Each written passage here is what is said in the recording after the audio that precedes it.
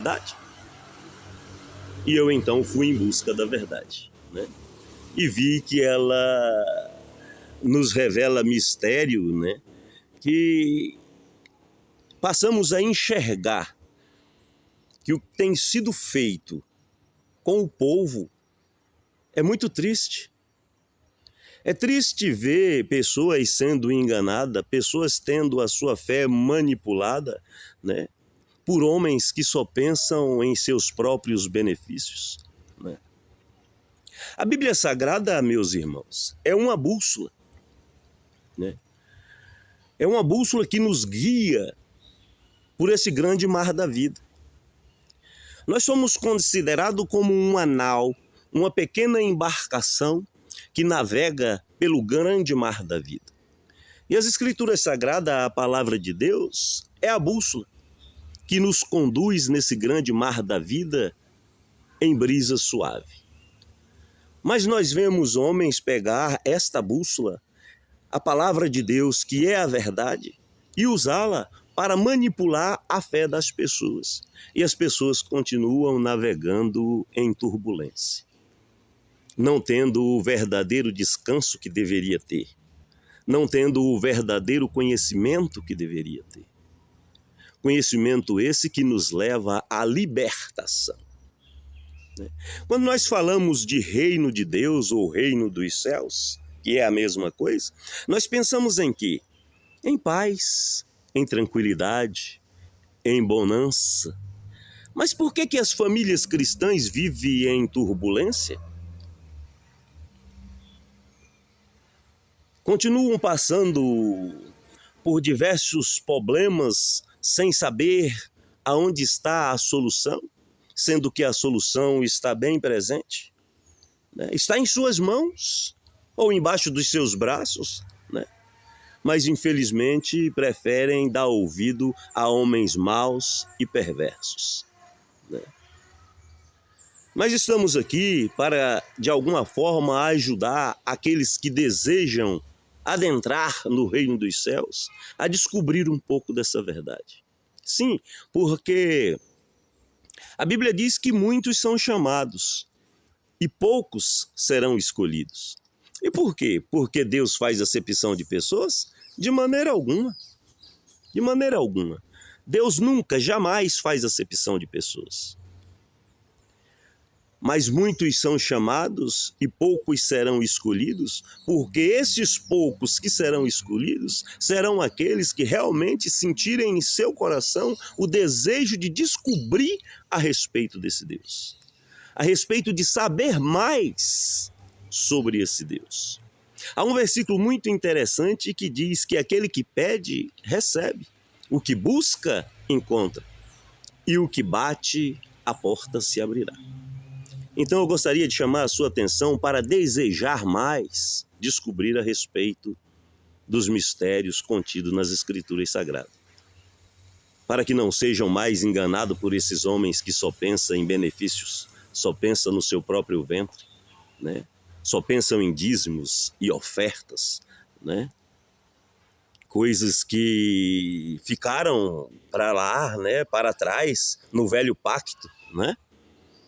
Ficaram no velho pacto, né? Mas não, eles manipulam a fé das pessoas, né? Falando de um tal devorador, né? Que irá consumir tudo que as pessoas têm se elas não for fiel em seus dízimos, em suas ofertas, né?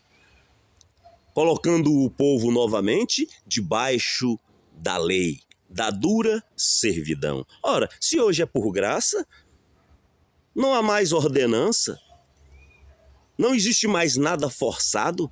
O próprio Senhor Deus diz, né? É melhor obediência do que sacrifício. É melhor obedecer do que sacrificar. Então, se você está em sua denominação e gostaria de contribuir de alguma forma para ajudar a sua denominação, né, com água, luz e etc., né, o que for necessário, você tem que fazer isso por graça, assim como somos salvos por graça. Você tem que fazer isso de livre e espontânea vontade, desejando em seu coração. Com 10%, ou com 20%, ou com menos de 10%. desde que você oferte e ofereça na obra que você faz parte dela com amor. Porque é por graça, é por amor, é por misericórdia, é por amar o ambiente no qual você ouve a palavra de Deus. É por amar o ambiente no qual você faz parte, né, para ajudar que esta palavra venha a ser anunciada.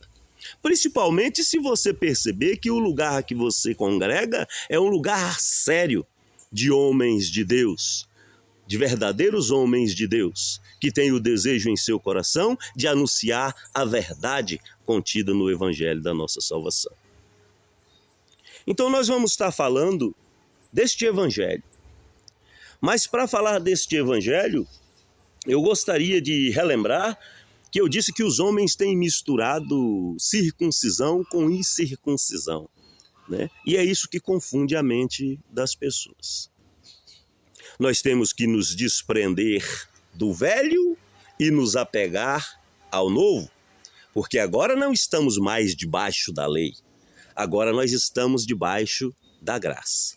Graça salvadora que o Senhor nosso Deus, enviando o teu Filho, veio nos evangelizar com ela. E após ter feito isso, deu ordem aos seus discípulos de irem por todo o mundo anunciar este evangelho a toda criatura. E aquele que cresce nesse evangelho, né, e fosse batizado com este evangelho, seria salvo, ou será salvo. E como eu já disse, há salvação no evangelho de nosso Senhor e Salvador Jesus Cristo. Eu gostaria de fazer um convite a vocês para lermos as Escrituras Sagradas no livro de 2 aos Coríntios. Eu gostaria de ler o capítulo 3. Vou ler o capítulo 3 inteiro para que eu possa fazer um comentário mais claro, mais aberto, porque tudo o que eu disser aqui, além do meu pequeno comentário, vai ser com base na palavra de Deus. Porque o que eu acho não importa. O que eu penso não importa. Mas o que está escrito na palavra de Deus é de suma importância. É de suma importância, porque a palavra de Deus é a verdade. E a verdade da palavra nos libertará. Então eu gostaria de estar lendo no livro de 2 aos Coríntios, no capítulo 3, versículo 1 em diante. O apóstolo Paulo está aqui falando aos coríntios, né? A igreja de Deus em Coríntios. E o que Paulo diz às igrejas, né? Importa que eu obedeça, porque eu sou igreja de Deus, você é igreja de Deus. Então aqui é o que o apóstolo Paulo deixou de instrução para a igreja. E eu vou falar do evangelho da nossa salvação, né, que encontramos única e exclusivamente nas cartas. A hora que eu chegar no ponto-chave do evangelho, eu vou lembrar para vocês o que é o evangelho, né? Porque o evangelho está aqui, não está lá no passado, né? O evangelho não está dentro da lei de Moisés. O evangelho da nossa salvação não está dentro da lei de Moisés. Lá era o evangelho da circuncisão, né? Repleto de ordenanças. Aqui não. Aqui é repleto de graça, de amor e de misericórdia. E é assim que o Senhor Jesus Cristo nos ensina através do apóstolo Paulo. Diz assim, 2 aos Coríntios, capítulo 3. Porventura começamos outra vez a louvar-nos a nós mesmos? Ou necessitamos, como os de alguns, de cartas de recomendação para vós, ou de recomendação de vós? Vós sois a nossa carta escrita em nossos corações, conhecida e lida por todos os homens. Porque já é manifesto que vós sois a carta de Cristo, ministrada por nós e escrita não com tintas, mas com o Espírito do Deus vivo. Não em tábuas de pedras, mas nas tábuas de carne do coração. E é por Cristo que temos tal confiança em Deus. Não que sejamos capazes por nós mesmos, mas a nossa capacidade vem de Deus, o qual nos fez também capazes de ser ministro do Novo Testamento. É novo, não é mais o velho. Não da letra, mas do Espírito. Porque a letra mata e o Espírito vivifica. E se o ministério da morte gravado com letras em pedras, falando aqui do Velho Testamento, né, veio em glória, de maneira que os filhos de Israel não podiam fitar os olhos na face de Moisés por causa da glória do seu rosto, a qual era transitória, ou seja, passageiro, aquilo que é transitório é o que passa. Como não será de maior glória o ministério do Espírito? Porque se o ministério da condenação foi glorioso, muito mais excederá em glória o ministério da justiça. Porque também o que foi glorioso nesta parte não foi glorificado por causa desta excelente glória. Porque se o que era transitório, ou seja, passageiro, foi em glória, muito mais é em glória o que permanece, que é a graça. Tendo, pois, tal esperança, ousamos de muita ousadia no falar. E não somos como Moisés, que punha um véu sobre a sua face, para que os filhos de Israel não olhassem firmemente para o fim daquilo que era transitório. Mas os seus sentidos foram endurecidos, porque até hoje o mesmo véu está por levantar na lição do Velho Testamento, o qual foi por Cristo abolido. Versículo 15. E até hoje, quando é lido Moisés, o véu está posto sobre o coração deles. Mas quando se converterem ao Senhor, o véu se tirará. Perceberam? O mesmo véu está colocado na lição do Velho Testamento, mas quando se converterem ao Senhor, o véu se tirará. E o que significa se converter ao Senhor? Se não obedecer o que o Senhor veio nos ensinar. Porque o mesmo Senhor e Salvador Jesus Cristo nos disse: um novo mandamento vos dou, que vos amei uns aos outros, assim como eu vos amei. Novo mandamento, não é o velho pacto, é o novo pacto. Então nós temos que compreender, meus irmãos, que devemos nos desapegar do velho e nos apegar ao novo. Não estou querendo dizer com isso que devemos abandonar o Velho Testamento, não, de maneira alguma, porque toda a escritura divinamente inspirada é apta para corrigir, redarguir e ensinar com justiça. Devemos sim ler o Velho Testamento, mas para pegar o exemplo daqueles homens que cumpriram com o Velho Testamento, que obedeceram à lei de Deus no Velho Testamento e foram bem-sucedidos, para que possamos agora obedecer o novo pacto e aplicar em nossas vidas o novo pacto, para que também possamos ser bem-sucedidos, para que possamos alcançar as promessas prometidas no novo pacto, as promessas prometidas na nova aliança. E a nova aliança é rica em promessas, porque uma vez que aceitamos a Cristo como Salvador e aplicamos o evangelho da nossa salvação nas nossas vidas, deixamos de ser servos de Deus, deixamos de ser criaturas de Deus e passamos agora a ser filhos de Deus. E se somos filhos, somos herdeiros de Deus e co-herdeiros com Cristo. Mas você pode estar me perguntando, mas qual é este evangelho, irmão Donizete, que devemos aplicar na nossa vida? Isso aí que pode estar me perguntando, porque esse evangelho não é ensinado, porque o que eles têm feito é misturado circuncisão com incircuncisão, não abrindo a mente do povo. E por isso o povo está velado, né? Tem um véu posto. Na lição do Velho Testamento tem um véu posto. Esse véu só é tirado quando nos convertemos ao Senhor. Aí enxergamos as promessas contidas na nova aliança, né? E podemos então, a partir desse momento, tomar posse, porque nos pertence. Cristo conquistou para nós saúde perfeita, né? Uma boa vida de paz, uma boa vida de comunhão, uma boa vida de harmonia, tanto familiarmente dizendo, como perante a sociedade.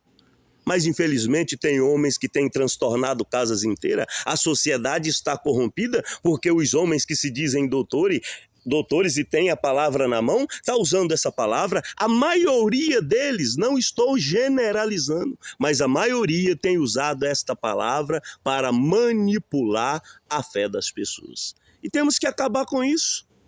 Temos que acabar com isso. Temos que acabar porque os dias estão cumpridos, né? Estão se cumprindo, né? E o Senhor tem uma obra a fazer aqui sobre a face da terra, e Ele vai fazer essa obra através dos seus escolhidos, através dos vasos que Ele preparou, né, com o seu Espírito Santo, para anunciar essa verdade. Por isso eu digo, meu irmão, incline os seus ouvidos espirituais, incline os seus ouvidos espirituais, porque está escrito que quem tem ouvido, ouça o que o Espírito diz às igrejas. E as coisas espirituais só se discernem espiritualmente.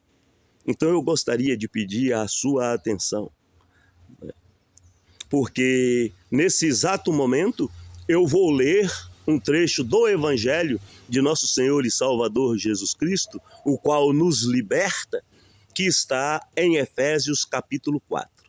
Vou falar mais um pouco de evangelho para vocês. Efésios capítulo 4, verso 17 em diante. Isso que eu vou ler é evangelho. Isso que eu vou ler é o que temos que aplicar em nossas vidas. Você não tem que estar pagando preço, porque o preço quem pagou foi Jesus, e preço de sangue. Você não tem que estar fazendo sacrifício, porque o sacrifício perfeito quem fez foi Jesus. A única coisa que devemos fazer é obedecer o que o Senhor Jesus Cristo veio nos ensinar. E vai aqui agora um pouco deste evangelho para que você possa pegá-lo e aplicá-lo em sua vida. E começar a ver os resultados. Porque quando estamos na obediência a nosso Senhor e Salvador Jesus Cristo, se cumpre o que está escrito na palavra, né? Entraremos em descanso, né? Cristo em nós, a esperança da glória, né? Estou com Cristo. Estou descansado, né? Então, quando nós aplicamos este evangelho, o qual eu vou ler um trecho dele aqui agora, podemos descansar, porque o anjo que está ordenado ao seu serviço irá começar a trabalhar ao seu favor, né? Está escrito: busca primeiro o reino de Deus e a sua justiça. As demais coisas serão acrescentadas, porque o Senhor Jesus Cristo já conquistou para nós tudo que diz respeito à vida e piedade. Nós temos agora que aprender a dar liberdade a esse anjo, para que esse anjo venha trabalhar ao nosso favor. Porque o anjo não pode trabalhar ao seu favor você estando em pecado, né? Você estando em desobediência. O anjo não pode trabalhar ao seu favor você sendo um mentiroso, porque se o anjo trabalhar ao seu favor você sendo um mentiroso, ele vai fugir às regras. Ele não pode fugir dos princípios de Deus. Ele está ordenado a servir os filhos obedientes ao evangelho de nosso Senhor e Salvador Jesus Cristo. Vou ler um trecho desse evangelho para que você possa pegá-lo e aplicá-lo em sua vida. Efésios capítulo 4, verso 17, diz da seguinte maneira: E digo isto e testifico no Senhor, para que não andeis mais como andam também os outros gentios, na vaidade dos seus sentidos, entenebrecidos no entendimento, separados da vida de Deus pela ignorância que há neles, pela dureza do seu coração, os quais, havendo perdido todo o sentimento, se entregaram à dissolução, para com avidez cometerem toda impureza. Mas vós não aprendestes assim a Cristo, se é que o tendes ouvido e nele foste ensinado, como está a verdade em Jesus, que quanto ao trato passado, vos despojeis do velho homem, que se corrompe pela concupiscência do engano, e vos renoveis no espírito do vosso sentido, e vos revistais do novo homem, que segundo Deus é criado em verdadeira justiça e santidade. Pelo que, ó o evangelho aí, ó, deixai a mentira e falai a verdade, cada um com o seu próximo, porque somos membros uns dos outros. Irai-vos e não pequeis, não se ponha o sol sobre a vossa ira. Não deis lugar ao diabo. Aquele que furtava, ao evangelho, não furte mais. Antes trabalhe, fazendo com as mãos o que é bom, para que tenha o que repartir com o que tiver necessidade. Não saia da vossa boca nenhuma palavra torpe, mas só a que for boa para promover a edificação, para que dê graça aos que a ouvem. Não entristeçai ao Espírito Santo de Deus, no qual estáis selado para o dia da redenção. Toda a amargura, ira e cólera, e gritaria, e blasfêmia, e toda a malícia seja tirada de entre vós. Olha o evangelho aí. Antes, sede uns para com os outros benignos, misericordiosos, piedando-vos uns aos outros, como também Deus vos perdoou em Cristo Jesus. Vou ler o versículo 32 mais uma vez. Antes, sedes uns para com os outros benignos, misericordiosos, perdoando-vos uns aos outros, como também Deus vos perdoou em Cristo Jesus. O que foi lido aqui é o evangelho da nossa salvação. Porque essas práticas que foi lida aqui, né, o tirar a mentira da nossa vida, faz parte do amor fraternal. Porque quando eu aprendo a amar o meu semelhante como a mim mesmo, né, com base no evangelho da minha salvação ou da nossa salvação, o qual o Senhor Jesus Cristo veio trazer para nós, e Ele mesmo demonstrou esse amor, entregando-se a si mesmo na cruz, né, para que pudéssemos, ou para que possamos, ou para que venhamos obedecer às palavras que Ele trouxe para nós, né, viéssemos viver uma vida de paz, de harmonia e de comunhão com o nosso semelhante. Porque o reino de Deus é isso, meus irmãos. O reino de Deus não tem a sua firmeza na comida e nem na bebida, mas o reino de Deus tem a sua firmeza na justiça, porque a justiça nos traz paz. E tendo paz uns com os outros, teremos alegria no nosso espírito. E só o que nos garante isso é o evangelho da nossa salvação.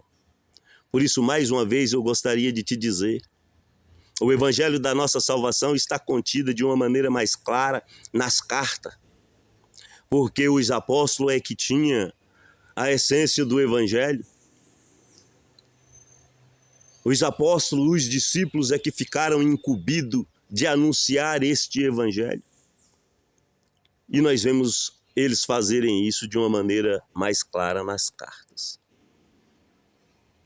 Meu nome é Donizete Nunes e eu estou aqui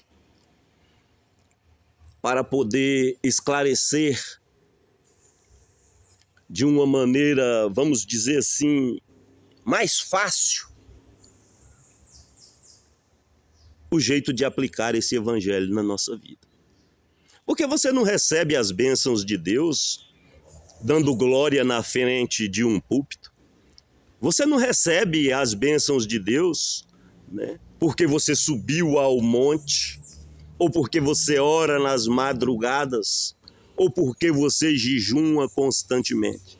Se você subir aos montes, se você orar nas madrugadas, se você jejuar constantemente, mas não for obediente ao evangelho de nosso Senhor e Salvador Jesus Cristo, você vai estar fazendo isso em vão.